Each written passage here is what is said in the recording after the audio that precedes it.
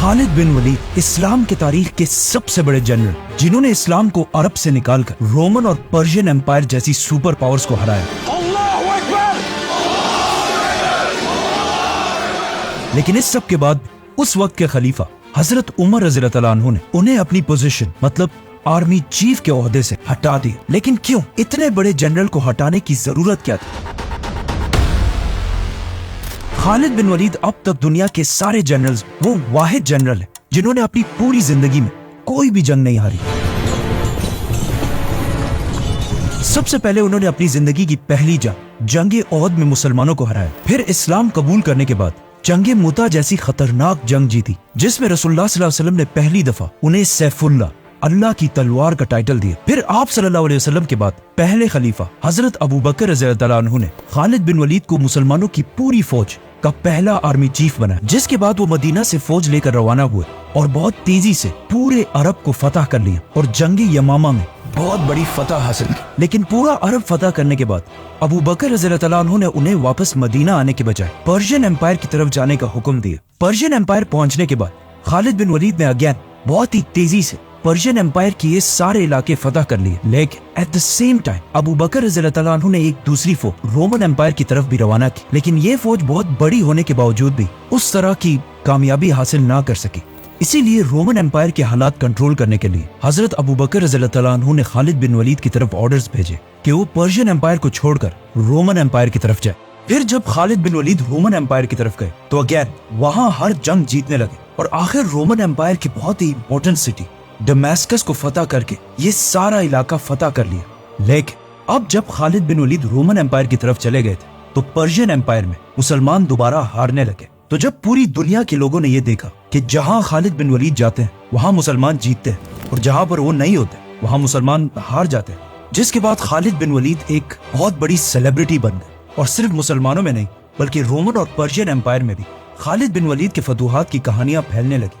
यहाँ तक कि एक दुश्मन जनरल ने खालिद बिन वलीद के पास आकर ये तक कहा कि हमारे इलाके में ये कहानी मशहूर है कि एक दिन आसमान से अल्लाह की तरफ से आपके लिए एक तलवार नाजिल हुई, इसीलिए आपको सैफुल्लाह कहा जाता है। इन सारी चीजों के बाद ये बातें नए मुसलमानों की गैदरिंग्स में आम हो चुकी थी कि सिर्फ खालिद ही जंग जीत सकते हैं और उनके अलावा चाहे जो भी हो मुसलमान जंग नहीं जीत सकते। जब हजरत उमर रज़ियल्लाहु अन्हु खलीफा बने उन्हें पता था कि मुसलमानों का खालिद बिन वलीद के बारे में ये माइंडसेट इस्लाम के लिए बहुत ही खतरनाक हो सकता है, क्योंकि अगर लेट्स से खालिद बिन वलीद किसी जंग में शहीद हो जाते तो फिर मुसलमानों की फौज का सारा मोराल टूट जाता।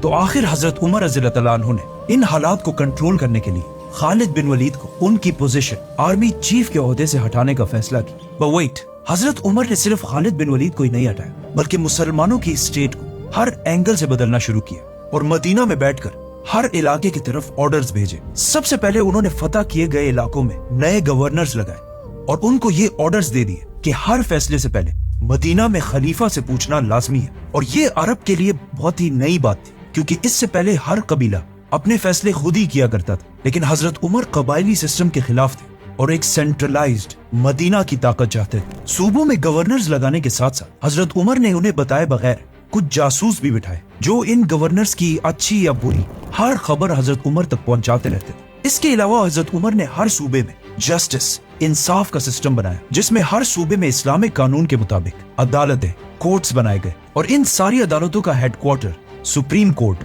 मदीना में बनाया गया, जिसमें बहुत सारे सहाबा जजेस लगाए गए।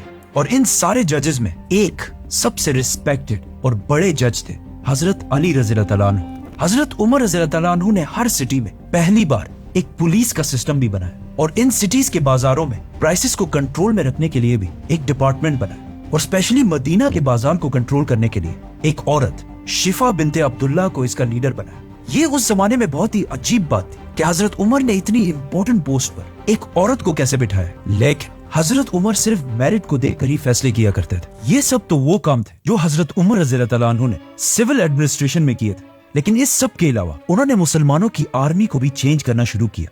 मतलब इससे पहले हजरत अबू बकर रज़ियल्लाहु अन्हु के दौर में मुसलमानों की आर्मी और जनरल्स सारे फैसले खुद ही किया करती थी और हजरत अबू बकर रज़ियल्लाहु अन्हु ने ये करने की उन्हें इजाजत भी दी थी। क्योंकि उस जमाने में ना फोन्स थे और ना इंटरनेट। तो अगर हर डिसीजन से पहले मदीना से पूछा जाता तो इससे मुसलमानों की फौज की स्पीड बहुत ही स्लो हो जाती। लेकिन हजरत उमर को मुसलमानों की फौज की स्पीड से ज्यादा इस्लाम की फिक्र थी, क्योंकि अगर देखा जाए तो मुसलमानों की इस एम्पायर से भी बहुत बड़ी एम्पायर चंगेज खान ने बनाई थी, लेकिन वो एम्पायर सिर्फ 100 सालों में बिल्कुल खत्म हो गई।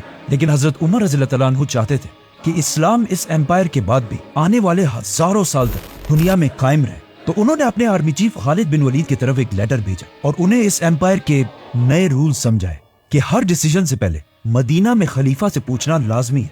इसके अलावा हजरत उमर ने मुसलमानों की फौज के अंदर कुछ स्पाइज जासूस भी बिठाए जो इन जनरल्स को बगैर बताए उनकी हर खबर हजरत उमर तक पहुंचाते रहते थे। खालिद बिन वलीद ने जब हजरत उमर रज़ियल्लाहु तआला अन्हु का लेटर पढ़ा कि हर डिसीजन से पहले मदीना में खलीफा से पूछना पड़ेगा, तो उन्होंने ये हुक्म मानने से इनकार कर दिया। इसलिए नहीं कि वो अपने आप को बहुत बड़ा समझते थे, बल्कि इसलिए क्योंकि ऐसा करने से मुसलमानों की फौज की स्पीड बहुत ही स्लो हो जाती, और स्लो स्पीड के साथ आगे बढ़ना खालिद बिन वलीद का स्टाइल नहीं था। हजरत उमर ने दोबारा खालिद बिन वलीद की तरफ एक दूसरा लेटर भेजा कि तुम सिर्फ इसी शर्त पर मुसलमानों के आर्मी चीफ रहोगे अगर इन ऑर्डर्स को मान लो। लेकिन अगेन खालिद बिन वलीद ने ऐसा करने से इनकार कर दिया और कहा कि जब पहले खलीफा अबू बकर मुझसे नहीं पूछते थे तो आप मुझसे क्यों पूछ रहे हैं। नाउ इब्ने हाजर अल अस्कलानी की किताब और कुछ बाकी किताबों में एक बहुत ही इंटरेस्टिंग वाकया लिखा है कि एक दिन खालिद बिन वलीद एक महफिल में बैठे हुए थे जहां एक शायर ने कुछ बहुत ही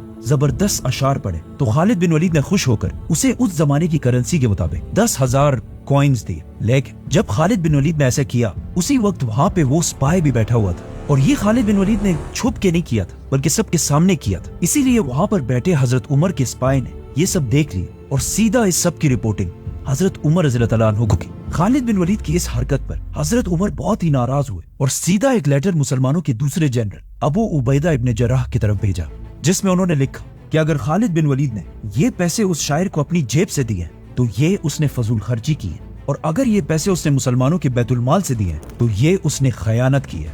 इन एनी केस खालिद बिन वलीद को उनकी पोजीशन आर्मी चीफ के ओहदे से हटाना जायज है। और आगे लिखा कि आज से तुम अबू उबैदा इब्ने जर्राह मुसलमानों की फौज के आर्मी चीफ हो गए। लेकिन हजरत उमर ने खालिद बिन वलीद को मुसलमानों की फौज से हटाया नहीं बल्कि एक रैंक नीचे कर दिया, और इसके बाद भी वो फौज के बहुत बड़े जनरल थे, मतलब फौज के सेकंड इन कमांड। जब अबू उबैदा रज़ियल्लाहु तआला अन्हु ने खालिद बिन वलीद को हजरत उमर का ये लेटर दिखाया तो चाहिए तो ये था कि खालिद बिन वलीद को बहुत ही सख्त गुस्सा आता कि उनकी सारी मेहनत, मतलब पहले अरब फतह करना, उसके बाद पर्शियन एम्पायर फतह करना और फिर रोमन एम्पायर फतह करने के बाद उनको ये सिला दिया जा रहा है। लेकिन ये लेटर पढ़ने के बाद खालिद बिन वलीद ने अबू उबैदा से कहा समिअना व अताअना, हमने सुना और हमने इताअत की। और बगैर किसी गुस्से या नाराजगी दिखाने के उन्होंने अबू उबैदा से कहा कि आज से मैं आपका यानी आर्मी चीफ अबू उबैदा इब्ने जर्राह का राइट हैंड बनकर रहूंगा। इसे आज हम बहुत ही एक नॉर्मल बात समझते हैं क्योंकि वो सहाबी थे, ऑफ कोर्स उन्होंने ऐसा ही करना था। लेकिन अगर हम दुनिया के सारे बड़े जनरल्स की हिस्ट्री उठाकर देखें तो ऐसा तारीख में कभी भी नहीं हुआ। हिस्ट्री में जब भी किसी लीडर ने अपने इतने ताकतवर जनरल को हटाने की कोशिश की है तो उस जनरल ने हमेशा बगावत की है या बगावत करने की कोशिश की है। फॉर एग्जाम्पल, इससे पहले पर्शियन बादशाह खुसरो ने जब अपने जनरल को हटाया तो रुस्तम ने उसी के खिलाफ ही बगावत कर दी, और रोमन एम्पायर के जनरल पोम्पी ने भी बगावत की। और इवन आज मॉडर्न दौर में भी जब पाकिस्तान के प्राइम मिनिस्टर नवाज शरीफ ने अपने पावरफुल आर्मी चीफ मुशर्रफ को हटाने की कोशिश की तो मुशर्रफ ने उल्टा उसे ही हटाकर पूरे मुल्क पर कब्जा कर लिया। इन सारे जनरल्स की खालिद बिन वलीद के सामने कोई औकात नहीं थी, क्योंकि खालिद बिन वलीद को आज तक दुनिया के सबसे बड़े जनरल्स में से एक माना जाता है। लेकिन जब हजरत उमर ने उन्हें अपनी पोजीशन आर्मी चीफ के ओहदे से हटाया तो उन्होंने बहुत ही पावरफुल होने के बावजूद कुछ नहीं किया और अपने लीडर खलीफा के ऑर्डर्स मान लिए। इस वक्त मुसलमान बहुत ही सख्त सिचुएशन में थे, एक तरफ रोमन्स और दूसरी तरफ पर्शियंस, और अगर खालिद बिन वलीद भी बगावत कर देते तो मुसलमानों की एम्पायर हमेशा के लिए खत्म होने का खतरा था। नाउ इस मसले पर जितनी मैंने रिसर्च की है उसमें मैंने देखा कि इस वाकये में हजरत उमर और खालिद के अलावा एक थर्ड भी बहुत ही इंपॉर्टेंट किरदार है। मतलब एक तो हजरत उमर थे जिन्होंने बगैर किसी की परवाह किए मदीना की रियासत को स्ट्रॉन्ग करने के लिए इतना बड़ा फैसला लिया। दूसरा खालिद बिन वलीद जिन्होंने इतना पावरफुल जनरल होने के बावजूद कोई ऐसा स्टेप नहीं उठाया जिससे मुसलमानों की एम्पायर को नुकसान पहुंचे। और तीसरा इस एम्पायर की अवाम, पब्लिक। आर्मी चीफ के ओहदे से हटाए जाने के बाद एक दिन खालिद बिन वलीद मुसलमानों के एक ग्रुप से खिताब कर रहे थे जिसमें उन्होंने मुसलमानों के सामने खड़े होकर फरमाया कि मुझे शाम सीरिया फतह करने के लिए भेजा गया, और जब मैंने पूरा शाम फतह कर लिया तो उमर ने मुझे अपनी पोजीशन से हटा दिया। अब जैसे ही उन्होंने ये बात कही तो मुसलमानों के क्राउड से एक आम सा सोल्जर खड़ा हुआ और उसने कहा कि ए हमारे सरदार, ऐसी बातें मत करो क्योंकि इन बातों से फितना पैदा हो सकता है। मतलब उस जमाने में मुसलमानों की इस एम्पायर की आम पब्लिक में भी इतना शऊर था कि वो ये बात बहुत ही अच्छी तरह जानते थे कि चाहे जो भी हो जाए, लीडर लीडर होता है और जनरल सिर्फ एक जनरल। खालिद बिन वलीद को हटाने से सिर्फ उन्हें ही नहीं बल्कि पूरे इस्लामिक एम्पायर में एक कंफ्यूजन फैल गई कि आखिर क्यों हजरत उमर ने इतने सख्त टाइम पर खालिद बिन वलीद को हटा दिया, जिससे आहिस्ता आहिस्ता लोगों में बहुत सारी गलतफहमियां फैलने लगी और लोग अजीब अजीब बातें करने लगे। फॉर एग्जाम्पल, कुछ लोगों ने कहा कि हो सकता है खालिद बिन वलीद और हजरत उमर के दरमियान पुरानी कोई पर्सनल लड़ाई हो, इसीलिए हजरत उमर ने उसे हटा दिया। और कुछ और लोगों ने यह तक कहा कि हो सकता है खालिद बिन वलीद ने कोई करप्शन की हो। लेकिन अगेन, हजरत उमर का जासूसों का नेटवर्क, स्पाइस का नेटवर्क इतना स्ट्रॉन्ग था कि उन्हें अवाम के इस कंफ्यूजन का पहले ही पता चल गया। तो हजरत उमर ने मुसलमानों को मदीना के मस्जिद नबी में जमा होने का हुक्म दिया और फिर सबके सामने खड़े होकर उन्होंने क्लियरली बता दिया कि मैंने, उमर बिन खत्ताब ने, अपने आर्मी चीफ खालिद बिन वलीद को किसी पर्सनल दुश्मनी या करप्शन की वजह से नहीं हटाया, बल्कि सिर्फ इसलिए क्योंकि खालिद बिन वलीद की जबरदस्त फतूहात की वजह से लोग अल्लाह के बजाय खालिद बिन वलीद पर ट्रस्ट करने लगे थे। और मैं सारे मुसलमानों को यह दिखाना चाहता हूं कि किसी भी जंग में जीत सिर्फ और सिर्फ अल्लाह की तरफ से आती है, किसी इंसान की तरफ से नहीं। और फिर यही सारी बातें उन्होंने लेटर्स में भी लिखी और फिर इन लेटर्स को हर सूबे के गवर्नर्स तक पहुंचा दिया ताकि खालिद बिन वलीद के कैरेक्टर पर कोई मुसलमान भी उंगली ना उठा सके। और इस वाक़े के बाद उन्होंने खालिद बिन वलीद की बेवा बहन के साथ शादी भी की, जिससे क्लियरली ये पता चलता है कि हजरत उमर और खालिद बिन वलीद के दरमियान इस वाक़े के बाद कोई इश्यूज नहीं थे। लोगों ने हजरत उमर रज़ियल्लाहु अन्हु की बात सुनकर मान तो ली, लेकिन अब हजरत उमर के सामने बहुत बड़ा चैलेंज था कि अब उन्हें नेक्स्ट हर जंग जीतना लाजमी था, क्योंकि अगर मुसलमान खालिद बिन वलीद के जाने के बाद जंगे हारने लगे तो लोग हमेशा के लिए हजरत उमर के इस डिसीजन को गलत समझते। नाउ आप सल्लल्लाहु अलैहि वसल्लम की वफात के बाद अबू बकर रज़ियल्लाहु अन्हु की खिलाफत में अरब के बहुत सारे कबीलों ने मदीना की रियासत से बगावत की, जिन्हें फिर खत्म तो कर दिया गया था, बट इन जंगों में बहुत सारे लोगों को गिरफ्तार करके कैदी बनाया गया था। लेकिन जब हजरत उमर रज़ियल्लाहु अन्हु खलीफा बने तो उन्होंने इन सारे कैदियों को रिहा करने का हुक्म दिया और सबके लिए एक आम माफी का ऐलान कर दिया, जिससे पूरे अरब में उनकी पॉपुलैरिटी बहुत ही ज्यादा बढ़ गई और लोग हजरत उमर की इस रहमदिली से इतना खुश हुए कि उन्होंने आकर इस्लाम कबूल कर लिया और फिर अपनी मर्जी से मुसलमानों की फौज में शामिल हो गए। इन लोगों में एक शख्स तुलैहा भी था और ये वो शख्स था जिसने इससे पहले अबू बकर रज़ियल्लाहु अन्हु के दौर में पैगंबर होने का झूठा दावा भी किया था। लेकिन जब वो हजरत उमर रज़ियल्लाहु अन्हु के पास आए तो हजरत उमर ने उन्हें भी माफ कर दिया और वो भी मुसलमानों की फौज में शामिल हो गए। हजरत उमर के इन सख्त और जबरदस्त डिसीजंस के बाद अरब के लोग उनसे इतना खुश थे कि वो पुरानी सारी दुश्मनियां छोड़कर मुसलमानों के साथ शामिल हो गए। और पहली बार ऐसा भी हुआ कि क्रिश्चियंस ने भी आकर पर्शियन एम्पायर के खिलाफ मुसलमानों का साथ देने की कसम खाई। तो अब हजरत उमर ने मुसलमानों और क्रिश्चियंस को मिलाकर पर्शियन एम्पायर के खिलाफ एक नई आर्मी बनाई। इस फौज ने मुसन्ना की लीडरशिप पर्शियन एम्पायर की एक बहुत बड़ी फौज को हरा दिया और eight the same time Abu Ubaida इब्न जर्राह की लीडरशिप में भी मुसलमानों ने रोमन एम्पायर की एक फौज को हराकर बहुत बड़ी फतह हासिल की। और इस तरह पूरी दुनिया ने देखा कि मदीना की रियासत मुसलमान खालिद बिन वलीद के बगैर भी जंगे जीत सकते और हजरत उमर रज़ियल्लाहु अन्हु का प्लान कामयाब हो गया। लेकिन अब मुसलमानों की तारीख की सबसे बड़ी जंग, जंगे यरमुक और जंगे कादसिया बहुत ही करीब आ चुकी है।